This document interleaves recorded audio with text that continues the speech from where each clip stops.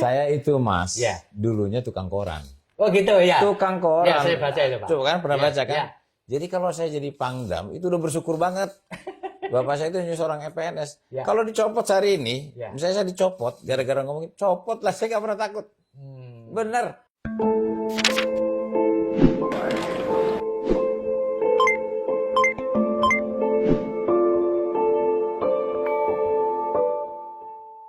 Mayor Jenderal TNI Dudung Abdurrahman adalah Panglima Komando Daerah Militer Jayakarta atau Pangdam Jaya.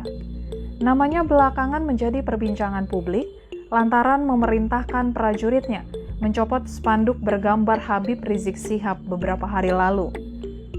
Dudung mengakui pencopotan spanduk yang dilakukan personil TNI itu atas perintahnya. Perintahnya itu menyikapi peristiwa sebelumnya, yakni saat Satpol PP DKI Jakarta dihadang sejumlah anggota FPI ketika menurunkan baliho Rizik Syihab. Dudung lahir di Bandung 16 November 1965 dari pasangan Nasuha dan Asyati yang hidup di lingkungan Bekangdam 3 Siliwangi. Sejak kecil dirinya telah memiliki impian untuk menjadi seorang prajurit. Kemudian, Dudung mendaftar ke Akademi Militer pada tahun 1985 setelah lulus dari SMA. Dia menempuh pendidikan hingga lulus pada tahun 1988 dengan kecabangan infanteri dan menyandang pangkat Letnan II.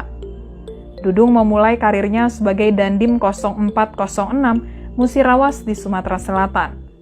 Setelah itu menjabat sebagai Dandim 0418 Palembang dan Rindam 2 Sriwijaya, dan Dandenma Mabes TNI.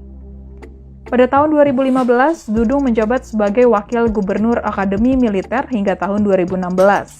Pada 2018, dirinya dipromosikan sebagai Gubernur Akademi Militer. Barulah pada 27 Juli 2020, Dudung diangkat sebagai Pangdam Jaya.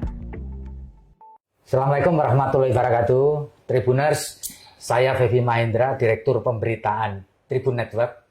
Kali ini saya bersama seorang tokoh yang akhir-akhir ini menjadi bahan pemberitaan di seluruh wilayah tanah air kita, yaitu Mayor Jenderal Dudung Abdurrahman, Panglima Daerah Militer Jaya alias Pangdam Jaya. Pak Dudung, Assalamualaikum. Waalaikumsalam warahmatullahi wabarakatuh. Pak Dudung. Pak Dudung sehat hari ini? Alhamdulillah. Alhamdulillah sehat. Pak Dudung, saya lihat tadi di halaman Kodam ini penuh dengan karangan bunga. Ya, isinya dukungan kepada Bapak. Apa perasaan Bapak melihat begitu banyak antusiasme masyarakat di negeri ini dalam memberikan support kepada Bapak kali ini? Ya, kalau menurut saya tidak layaklah menerima ucapan, kemudian dukungan seperti itu. Yang jelas, saya melaksanakan tugas saja. Seyogianya saya sebagai Panglima Kodam Jaya Jayakarta. Saya tidak juga mengira seperti itu, tidak juga mengharapkan seperti itu. Biasa aja. Makanya menurut saya, loh kok sampai sebegitunya antusias masyarakat seperti itu. Gitu. Pak Dudung sekarang bukan hanya dikenal oleh warga DKI, tetapi juga di seluruh wilayah Indonesia, karena setelah Pak Dudung perintahkan, Pak Panglima perintahkan untuk menertibkan baliho-baliho FPI dan HRS, diikuti oleh seluruh wilayah teman-teman kita di seluruh Indonesia, ya kan? Apa perasaan Bapak ketika tindakan ini kemudian menjadi satu bola salju dan diikuti oleh aparat keamanan, pemerintah daerah, Satpol PP di seluruh wilayah negeri ini, Pak? Ya, artinya sebelumnya 2 bulan yang lalu, ini penertiban baliho ini sudah dilakukan oleh kita dari Pol PP, kepolisian, kemudian dari TNI. Itu sudah kita lakukan. 2 bulan yang lalu itu sudah kita lakukan. Namun pada saat penertiban ini Pol PP itu didemo lah sama FPI itu bahwa agar dipasang kembali gitu kan. Kita tahu bahwa pemasangan baliho itu kan ada aturannya. Betul. Ada ketentuannya, kan begitu kan. Ada di mana tempatnya itu sudah ditentukan. Ini tempatnya baliho itu hanya di sini. Kemudian ada aturan-aturan bayar pajak dan sebagainya. Kan begitu. Sudah kita tertibkan, namun Pol PP mungkin kewalahan lah menghadapi Situasi mereka, itu ya. sehingga suruh masang kembali ya. Dan menurut saya kan, ya ini jangan seperti itulah. Ini negara-negara hukum, jangan semaunya sendiri, ya. Jangan seenaknya sendiri. Sementara masyarakat tertib hukum, dia tahu aturan apa yang harus dia lakukan. Tapi dari satu pihak lagi, kok dia tidak mentaati aturan, sesukanya sendiri, merasa paling benar sendiri. Itu yang tidak boleh, kan gitu. Ya kalau misalnya Pol PP sudah tidak sanggup lagi, ya kemudian siapa lagi? Kan begitu kan? Itu yang akhirnya Pak, ciri pemimpin itu hanya satu, dia berani ngambil keputusan. Kalau keputusan itu benar, itu bagus. Kalau salah masih bagus daripada tidak berani sama sekali. Melihat fenomena seperti ini, saya harus ngambil keputusan. Begitu. Pak, ketika Pak Panglima memutuskan itu, Pak Panglima konsultasi dengan orang lain enggak? Ya. Misalkan dengan Pak Kasat, dengan Panglima, dengan Kapolda, atau dengan siapapun sempat rundingan dulu atau konsultasi dulu atau... Begini Pak, ya.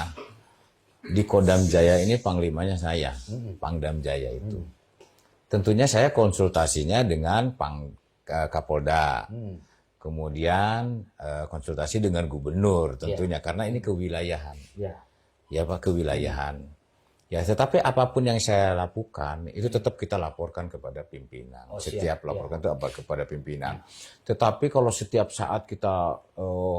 laporkan secara yang kecil-kecil, ya Panglima itu kan pekerjaannya banyak Pak. Kalau hanya sekedar menurunkan baleho, masa laporan juga gitu loh, ya kan?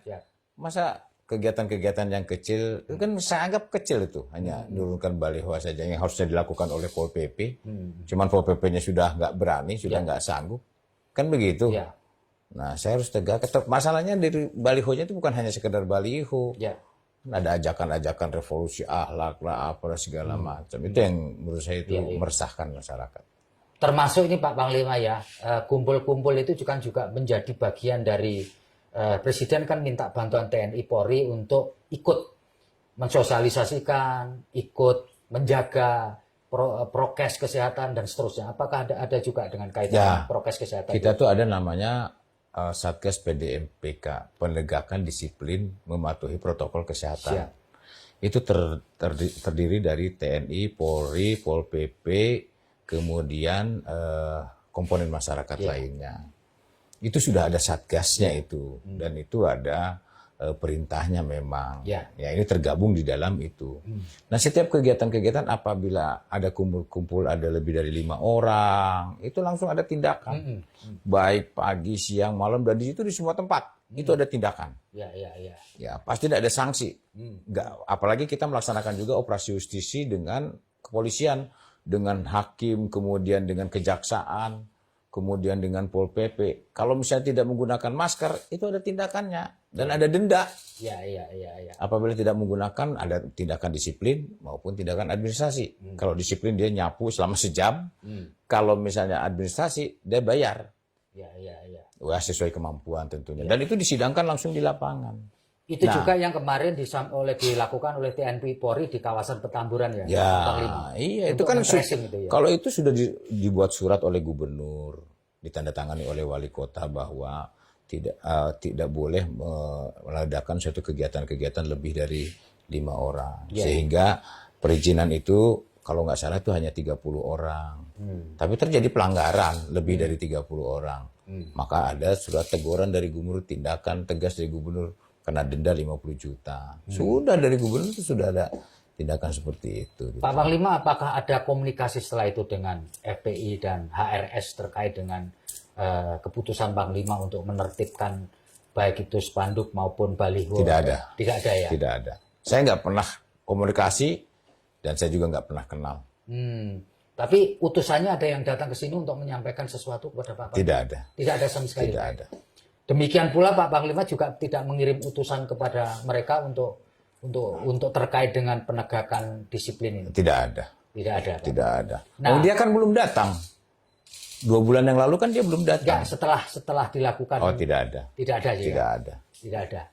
Pak Panglima, kebetulan kelompok FPI seringkali mengkait-kaitkan pihak lain dengan keputusan Panglima untuk menerbitkan Galihu, di antaranya kecurigaan bahwa Pak Panglima mendapat perintah langsung dari Presiden Jokowi. Apakah betul Pak itu sinyalemen yang disampaikan oleh tidak ada. FPI? Tidak ada. Tidak ada ya Tidak Pak? ada. Saya bertanggung jawab langsung, yang di Jakarta saya. Artinya memang tidak ada hubungan dengan ada Presiden. hubungannya dengan Presiden. Tidak benar kalau dikait-kaitkan dengan posisi sama sekali Presiden. nggak ada. Ya. Sama sekali. Pak Panglima, setelah keputusan Bapak ini, apakah ada respon tertentu dari Panglima TNI Pak Hadi Cahyanto? Ya, responnya ya baik aja. Silahkan aja gitu. Silahkan saja Ya, lanjutkan gitu aja. Lanjutkan aja ya. Ya, artinya saya juga tidak minimum. Karena kan sudah sesuai prosedur. Ada Pol PP-nya dulu, kemudian ada polisinya dulu, baru kita. Ya, Kan begitu. Kita tuh ada tugas, Pak ya. Ada tugas OMSP, ada tugas OMP. OMP itu operasi militer perang, OMSP operasi militer selain perang. Penanggulangan bencana alam. Masuk ya. Karena membantu polisian dalam bidang keamanan dan ketertiban, membantu pemerintah daerah. Kita ini sudah seperti itu, sering membantu Bulog, kita membantu pertanian, membantu kebakaran Masuk hutan, desa juga ya Pak ya. harus di desa, karya bakti dan segala macam. Ya salah satunya, masa gilirnya nurunkan baleho dipermasalahkan. Bantu-bantu itu udah biasa itu. Udah biasa. Gilirannya kita membantu banyak yang kita lakukan, nggak pernah ada reaksi. kritis, nggak ada reaksi, ujiannya sedikit. Ya. Betul kan? Betul. Berapa ribu, berapa juta cetak sawah sudah dilakukan oleh TNI. Ya. Kegiatannya udah luar Sudah biasa banyak. Kirain itu bantu pemerintah juga kita. Kita kan membantu pemerintah daerah. Benar nggak? Kayak TNI nggak ada hubungan, sebenarnya nggak ada hubungan dengan perang. Nggak ada hubungannya sama perang. Kita membantu pemerintah daerah menertibkan itu. Kalau ini sudah nggak sanggup, Pol PP nggak sanggup, terus siapa lagi? Kita juga nggak sanggup. Ayo, mau gimana kita? Iya, betul. Dia merasa paling benar, merasa paling hebat. Hukum dilanggarnya. Ya. Hukum tertinggi adalah keselamatan rakyat. Itu hukum tertinggi itu. Itu yang kita jaga. Pak Panglima, setelah melakukan keputusan ini kan Pak Panglima banyak mendapatkan dukungan maupun reaksi positif negatif, memang hal biasa sih. Biasa. Ada pro kontra polemik begini ini. Apakah ini juga mempengaruhi kehidupan Pak Panglima pribadi ini? Nah, begini Mas. Mula-mula hidup ini sadar bahwa hidup ini mengandung resiko. Tetapi kalau hati nurani kita ini kuat, apapun yang kita hadapi kita harus berani. Termasuk menghadapi risiko itu sendiri. Kata Nabi Muhammad di dalam hadisnya itu disampaikan, orang yang tidak berani ngambil risiko adalah orang-orang yang merugi. Hidup ini misteri loh, ke depan kita mau apa? Kita tidak pernah tahu. Mas besok mau jadi apa? Kita tidak pernah tahu. Betul kan? Cuman saya yakin bahwa Allah itu sudah memilih apa yang kita alami, tinggal bagaimana kita memilih apa yang harus kita lalui. Yang terjadi kemarin, saya yakin sudah itu jalannya Tuhan. Betul ya. Saya nggak stres, nggak apa, biasa aja. Nggak ada terpengaruh sama sekali. Pak Panglima ngikutin polemik di sosial media. Ada yang pro, ada yang kontra. Saya ikuti Pak ya? Biasa aja. Mengikuti yang hujan-hujan juga biaya. Banyak yang mendukung, banyak yang istilahnya direkayasa juga. Saya yang tidak begini, direkayasa seperti ini. Saya biarin aja. Itu kehidupan seperti itu, dinamika kehidupan. Tapi ngikutin Pak ya? Ngikutin. Santai aja gitu ya? Iya, banyakan yang mendukungnya daripada. Kalau itu kan orang yang ini nggak paham. Yang nggak paham yang sebenarnya terjadi itu seperti apa, nggak wajar lah mereka. Wajar lah. Pak Panglima, pasti ini kan nyerempet kemana-mana gitu kan, pro kontranya gitu. Apakah keluarga merasa nggak nyaman dengan pro kontra polemik di sosial media? Ada juga, Pak kok ini Pak gini Pak, udah tenang aja. Dia tahu apa yang bapaknya lakukan. Gitu ya? Iya jadi dong. yakin betul. Yakin ya, mereka. Pak Panglima, ini ada satu ada satu pro kontra yang kadang-kadang lucu. Gitu. Lucunya begini. Ya Pak Panglima bikin begini nih supaya nasibnya nggak dicopot seperti Kapolda Metro atau Kapolda Jabar. Gimana itu? Saya itu Mas, dulunya tukang koran. Oh gitu ya? Tukang koran. Ya, saya baca itu Pak. Coba kan pernah baca kan? Jadi kalau saya jadi Pangdam, itu udah bersyukur banget. Bapak saya itu hanya seorang EPNS. Kalau dicopot hari ini, misalnya saya dicopot, gara-gara ngomongin, copot lah, saya nggak pernah takut. Bener. Udah bersyukur, udah bintang 2. Nggak ada istilah, wah karena saya bilang ini, karena Kapolda kemarin dicopot saya. Nggak ada ceritanya itu. Tidak ada. Saya kan kemarin dalam rangka kesiapan bencana alam, betul. banjir, Betul. kemudian kesiapan dalam rangka pilkada. Betul. Ada yang nanya begitu. Makanya saya katakan, bagaimana Pak tentang FPI gini? Saya bilang, karena saya lihat perilakunya di lapangan seperti itu, menghalalkan segala cara, masang baliho dan seenaknya, kan saya sampaikan kalau perlu, kalau perlu dibubarkan. Betul. Kalau saya tidak bisa membubarkan Betul. FPI, Ya. Pangdam membubarkan PMI bukan ranahnya, bukan kewajibannya, bukan tugasnya. Tapi diplesetkannya Betul. Pangdam membubarkan PMI. Ya, Bisa, betul. itu orang nggak paham berarti. Ya. Atau memang sengaja nggak dipahamkan. Nggak saja dipahamkan, dikiranya Pangdam membubarkan. Ya. Betul nggak? Ya. Ya pakai logika aja lah, apa hubungannya Pangdam membubarkan Sama FPI. ormas? Nggak Ya. pernah kita membentuk ormas. Ya. Benar nggak? Iya, betul. Betul. Gitu. Pak Pangdam, memang saya membaca, mengikuti perjalanan hidup Bapak ini unik. Ya. Ya kan? Bapak bisa ceritakan kembali nggak bagian yang terunik? Bapak tadi sudah pernah singgung sedikit soal saya ini dulu tukang koran. Nah, bisa iya. begini ini sudah luar biasa. Ya. Bisa Bapak ceritakan kembali, Jadi Pak? artinya begini Pak, dalam hidup saya ini ya tidak semudah membalikan telapak tangan, Ya. harus ada perjuangan, Ya. benar nggak? Ya. Tidak bisa. Jadi yang ada di depanmu, yang ada di belakangmu, sekalipun yang ada di sekelilingmu, itu tidak berarti apa-apa dibanding yang ada dalam dirimu sendiri. Makanya kita banyak-banyak berusaha. Ya. Kalau kita ingin berhasil, kata ibu saya, kalau kita ingin berhasil, yang penting, yang pertama, kita mengerti tujuan hidup di dunia untuk di akhirat nanti. Yang kedua, kita mengasihi sesama manusia. Berpikir positif aja. Makanya Ya. harus hati yang baik, Ya. pikirannya baik, ucapannya baik, dan tindakannya harus baik. Maka dijaga ucapan itu. Saya Itu sampaikan penting itu, begitu. Pak, ya. Nah, Baik, ucapan. saya setiap menjabat, Mas, ya. Kemarin saya jabatan Gubernur Akmil. Ya.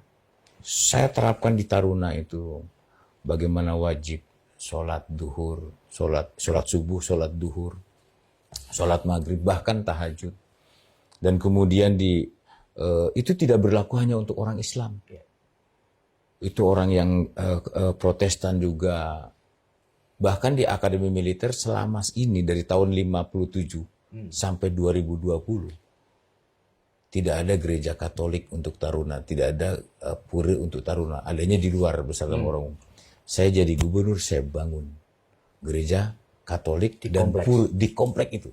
Sehingga kalau tahajud, yang Islam, yang Kristen juga dia mereka berdoa. Karena sedini mungkin dari awal saya ajari mereka bagaimana toleransi beragama. Sejak awal mereka menjadi jangan merasa dia agama yang paling benar sendiri. Tidak. Karena agama itu dari Yang Maha Kuasa. Saya ajari mereka itu seperti itu. Dan saya selalu membuat perubahan. Begini Mas, keberhasilan dan kemenangan itu berasal dari keberanian merubah sesuatu yang baru. Saya nggak mau ngejabat ini datar-datar aja. Jadi perwira itu, pemimpin itu harus punya imajinasi, harus punya inovasi, harus punya visi dan misi, harus punya harapan dan cita-cita. Kalau nggak punya ini semua, datar-datar aja kita jadi pemimpin. Nggak ada gebrakan. Betul nggak Mas? Iya, betul. Itu Mas yang saya lakukan. Pak Panglima, setiap prajurit TNI tentu berkeinginan dan bercita-cita menjadi Panglima TNI. Tidak-tidaknya KSAD lah. Bapak punya cita-cita yang sama nggak? Ya kalau saya bercita-cita tuh pengen jadi prajurit yang baik aja lah. Kedepan saya tidak pernah tahu akan seperti apa. Yang penting saya laksanakan tugas. Jadi saya bukan berarti setelah ini saya pengen, nggak ada. Nggak ada, Angan-angan seperti itu saya nggak pernah. Tapi kalau diberi amanah siap. Oh, apapun yang terjadi saya harus siap. Ya. Betul nggak? Seberat apapun amanah itu saya harus sudah siap. Kan kita nggak tahu tiba-tiba Bapak bisa jadi KSAD kan bisa saja kan? Ya nggak tahu kita. Alhamdulillah. Saya pikirannya hanya gini aja Mas. Saya pikirannya hanya gini aja loh Mas. Jenderal Sudirman itu lahir tanggal 24 Januari 1916. Pada tanggal 1 April 1949 terjadi serangan umum 1 Maret di Jogja yang mimpin Letkol Soeharto, tetapi atas perintah Jenderal Sudirman. Jenderal Sudirman itu umur baru 31 tahun, udah berani bergerilya. Betul nggak Mas? Betul. Bergerilya untuk menentukan bahwa TNI tetap TNI akan tetap berjuang, bergerilya dan kemudian serangan balik ke Belanda. Itu umur 31 tahun. Nah, saya udah 55 tahun. Nggak berbuat apa-apa untuk bangsa ini. Nggak ngapain aja kalau kayak begitu. Bener nggak Mas? Saya pikirnya itu aja. Dulu hebat-hebat pemimpin-pemimpin kita tuh masih muda-muda. Founding father kita tuh luar biasa. Bisa membentuk negara ini, bisa berjuang walaupun dengan bambu runcing melawan persenjataan yang canggih. Betul nggak? Ya. Kalau hanya memberikan suatu keputusan yang untuk kebenaran, kenapa takut kita? Ya. Itu aja Mas. Ya. Ya nggak? Pak Panglima, para senior Bapak yang sudah purna maupun yang masih ada di TNI, Ya. sempat nggak terkait dengan polemik ini? Ada. Memberi masukan. Banyakan yang mendukung, Mas. Oh, begitu ya, Banyakan para yang senior ya? mendukung. Ya, Banyakan ya. yang mendukung. Ada yang tidak, ada yang nggak mendukung. Ya dia nggak paham, nggak paham peristiwanya. Ya. Tapi dia rata-rata tahu saya. Ya. Saya. Tahu ya. Tahu. Belakang itu apa? Ya, begitu. Pak Panglima, ketika mengambil keputusan itu sempat berpikir nggak bahwa ini nanti akan jadi berita besar? Tidak berpikir. Tidak berpikir. Tapi kalau menurut saya memang ya seyogianya begitulah. Kalau sudah tidak sesuai dengan aturan dan ketentuan, tidak taat kepada hukum, ya perilakunya kalau menurut saya menghalalkan segala cara yang ya seenaknya lah. Ya itu salah satunya masang baliho di tempat yang tidak benar. Apalagi ya di dalam statementnya itu menjelek-jelekan orang, di dalam statementnya TNI itu kurang ajar, polisi itu begini-begini, itu kan tidak bagus. Ya TNI tentunya saya sendiri marah loh. Kasusnya ada anggota yang akan dikiranya menjemput Habib Rizik. Oh iya. Di bandara. Ini saya jelaskan nih Mas. Ya. Anggota itu mendapat perintah untuk pengamanan Bandara Soekarno-Hatta. Pengamanan Bandara Soekarno-Hatta. Tugas pokok dia adalah itu. Tapi yang dia lakukan itu adalah kesalahan ada dua.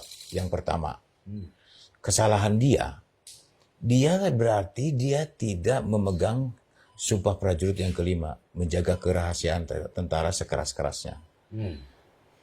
Itu menjaga kerahasiaan tentara itu dia tidak boleh harus menyampaikan tentang saya akan melaksanakan pengamanan ke bandara. Itu tidak boleh. Di dalam hukum militer kita itu sudah ada ketentuannya apabila kita melaksanakan tugas, semua disamarkan. Kodam pun ada namanya. Bandara pun ada namanya.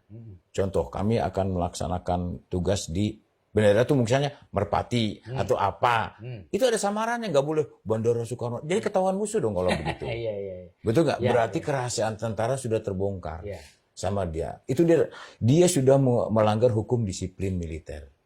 Karena kerahasiaan tentara sudah dibongkar. Yang kedua, perintahnya itu kan suruh mengamankan bandara. Betul. Tetapi yang disampaikan ada yang lain-lain. Betul kan? Dalam rangka menjemput Habib Rizik kan begitu. Allahu Akbar. Kan berarti tidak sesuai dengan apa yang akan dia lakukan tugasnya. Malah menyampaikan yang lain. Saya persoalan dia kagum kayak senang Habib itu bukan urusan. Itu pribadi. Keimanan ketakwaan seseorang itu yang tahu hanya diri kita kok. Betul nggak? Bukan orang lain. Silakan. Saya nggak ada larangan. Mau kagum kayak mau apa, dia ikut pengajian mana. Tidak ada masalah. Kita punya ajaran masing-masing. Yang salah dia menyalahgunakan kewenangan itu. Kan begitu. Tapi dijawab Habib Rizik ada tentara yang dihukum gara-gara menjemput ke bandara Habib. Kurang ajar. Lah, kayak seperti itu. Kan tidak ngasih penghormatan sama kita. Ini kita ini aparat negara. Benar nggak? Nah, kalau gitu saya marah itu. Betul itu. Iya kan? Betul. Nah, iya. Jadi proporsinya nggak sama. Nggak sama. Nggak boleh lah. Kita ini TNI Polri ini aparat yang dipercaya oleh negara. Bahasanya dijaga. Kita juga punya kehormatan. Betul nggak? Harus punya dijaga lah seperti itu. Sesama sebagai warga bangsa. Nah, iya, sesama warga bangsa saling menghormati lah. Iya. Nah, Mas juga mau jelek-jelekan saya hajar juga itu. Nggak ada cerita itu. Lah iya. Siap. Saya juga nggak mungkin jelek-jelekan Mas, nggak boleh. Kan gitu ya. Pak Panglima, ini kebetulan saat ini pandemi ini belum kelar. Pemerintah DKI Jakarta memperpanjang masa PSBB transisi. Ya. Sebagai pribadi, bagaimana Pak Panglima menjaga kesehatan diri sendiri, ya, selain sebagai aparat yang diminta pemerintah untuk ikut membantu menegakkan disiplin dan memutus mata rantai COVID-19. Ya. Pak Panglima sendiri untuk menjaga supaya ini banyak menteri, banyak pejabat yang kena kan ini, Ya kan? Pak Surya Paloh kena, kan? Para bupati kena. Gimana Pak? Menjaga supaya tetap. Kalau saya menjaga itu yang penting makan, Pak. Makan ya nomor satu. Makan yang teratur. Ya vitaminnya, kan ya vitamin dari makanannya juga udah cukup. Udah ada protein dari telur dan segala macam, kemudian nasi dan segala macam. Yang penting kita fit. Ya. Kemudian biar imun kita juga kuat. Terus saya olahraga. Saya rajin olahraga. Pak Panglima apa yang biasa dilakukan di aktivitas olahraganya? Yang sering jalan, kemudian tenis meja. Tenis meja itu kan keringatnya cepat sekali itu. Tenis lapangan. Karena ini perintah kasar kan tiap hari kita olahraga. Biar bugar. Kemudian ya makan yang teratur. Kemudian yang paling penting Mas, hati kita Mas. Jangan stres. Jangan stres. Jadi kalau itu stres ya? itu pikiran macam-macam. Macam-macam ya. Itu betul. sumbernya penyakit. Nah, Mas, ini di Wisma Atlet. Di Wisma Atlet ini data. Pegawai swasta yang ada di ruangan Astera karena menengah ke atas itu 46,2%. Ojek online cuma 0,7%. Loh, dia kemana-mana maskernya itu aja yang dipakai. Tapi dia pikirannya hanya nyari uang, sehat, itu aja. Gak ada mikir-mikir, jangan gak usah stres. Santai aja. Santai aja. Iya. Secara berkala Pak Panglima melakukan tes nggak? Rapid test kayak atau PCR test? Oh jelas, jelas. Berapa lama sekali Pak? Ya sering, kita kalau ke istana juga kan kalau ada kegiatan pasti. Terus kegiatan kemarin kita mau ada check up, saya juga dicek. Setiap ada kegiatan saya jadi rutin. trackingnya sempat ya? Itu. Pak Panglima, apakah Pak Panglima juga punya informasi terkait konon ini ada informasi bahwa di kampungnya Pak HRS, termasuk Pak HRS terkonfirmasi atau terjangkit COVID-19. Ya kemarin kan sudah didata tuh di daerah Petamburan tuh ada 30 orang yang dibawa ke Wisma Atlet. Ya yang keluarganya HRS sendiri? Keluarga HRS saya nggak tahu. Saya informasi yang kemarin dari kepolisian, keluarganya mau di-swab, nggak mau dari luar, pengen dari keluarganya sendiri. Ya, silakan aja. Kita sudah ada niat. Yang penting ada niat untuk. Sudah ada niat dari Dinas Kesehatan, dibantu oleh kepolisian, akan di-swab. Tetangga sekitarnya udah di-swab kemarin. Kawan-kawan ada yang ingin menambahkan pertanyaan? Ya Pak Panglima, tadi kurang lengkap tuh cerita soal pernah menjadi korporan.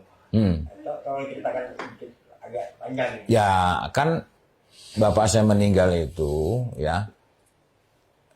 Orang tua saya itu kan punya anak 8. Saya ini nomor 6. Ya, bapak saya itu kan hanya PNS, golongan 2D lah. Ya, PNS itu kan ya tahu sendiri ekonominya. Sepeninggal bapak itu ya kita pertama jualan itu dulu, jualan klepon, jualan pastel, saya ke warung-warung, ke Taman Lalu Lintas, ke Kodam, ke kantin. Nah, saya kelas 1 SMA. Nah, saya harusnya masuk SMA yang pagi. Terus saya bilang ke ibu saya, suruh ngadep ke kepala sekolah kalau bisa masuk yang siang karena saya mau nganter koran. Nah, jadi dapatlah yang siang, jadi filialnya SMA 5 jadi SMA 9. Nah, jadi kita yang siang, jadi pagi itu jam 4 sudah berangkat untuk ngambil koran di Cikapundung, setelah itu ngantor sampai jam 8 pagi. Karena ada sekitar 270 koran, ada majalah segala macam. Setelah itu nganter lagi makanan ke Kodam, ke warung-warung, ke SMP, kemana. Setelah nganter saya biasanya nyari kayu bakar karena masaknya pakai kayu bakar. Oh gitu Pak, siap. Begitu masak. Berarti masa muda Panglima, mohon maaf, bukan sebagai anak gaul, sebagai orang-orang Bandung gitu ya? Bukan. Saya rumah saya tuh di barak-barak, jadi asrama. Asrama itu satu barak, itu disekat-sekat, pakai bilik. Atapnya tuh nggak ada plafonnya nih. Jadi langsung bolong gitu, kanan. Jadi kalau ngobrol dengan tetangga sebelah kedengeran itu. Iya, kalau ribut ya kedengeran sama tetangga saya. Terus antara keluarga dengan keluarga tuh hanya pakai bilik. di situ, di rumahnya itu. Kenapa Pak Dudung memilih kemudian menjadi anggota TNI lewat Akmil? Daftar Akmil itu pertimbangannya apa waktu itu Pak? Saya dulu cita-citanya sebetulnya pengen masuk ITB. Oh. Dulu itu sering Jadi sama insinyur. bapak saya tuh dibawa naik motor Jawa tuh, nanti Dudung kuliah di sini ya kalau udah besar, diajak naik motor. Nah, bapak nggak ada, saya diterima di perguruan tinggi itu, di IKIP itu di matematika. Ada beberapa Iya. perguruan tinggi yang diterima lah, Politeknik. Saya telepon, dikumpulkan orang-orang yang lulus Sepanmaru itu dikumpulkan di Magelang, kamu milih mana? Terus dikasih kesempatan telepon sama orang tua. Saya telepon, ya uang dari mana kalau kuliah? Kan gitu kan. Ya sudah. Saya Pilihannya. masuk Akademi Militer. Iseng-iseng aja saya masuk Akademi Militer juga itu. Gratis ya Pak? Gratis. Iya. Senang saya kan, makan gratis, dapat uang saku. Makanya selama di pendidikan di Akademi Militer, orang lain kurus-kurus tertekan, saya gemuk sendiri. Wah, saya makan aja itu kan. Orang nggak punya, lihat nasi ini, wah, gitu kan. Ya. Ya, seperti itu. Jadi malah di pendidikan malah gemuk ya? Malah gemuk, saya juga heran itu. Ya. Malah gemuk itu. Tribuners, kita sudah bicara ngobrol banyak dengan Pak Panglima Kodam Jayakarta, Mayor Jenderal TNI Dudung Abdurrahman. Terima kasih banyak. Tentu kita berharap Pak Dudung selalu sukses dan lebih penting lagi selalu diberi kesehatan. Itu yang penting. Amin. Assalamualaikum warahmatullahi wabarakatuh. Kita ketemu lagi dalam wawancara berikutnya. Waalaikumsalam warahmatullahi wabarakatuh.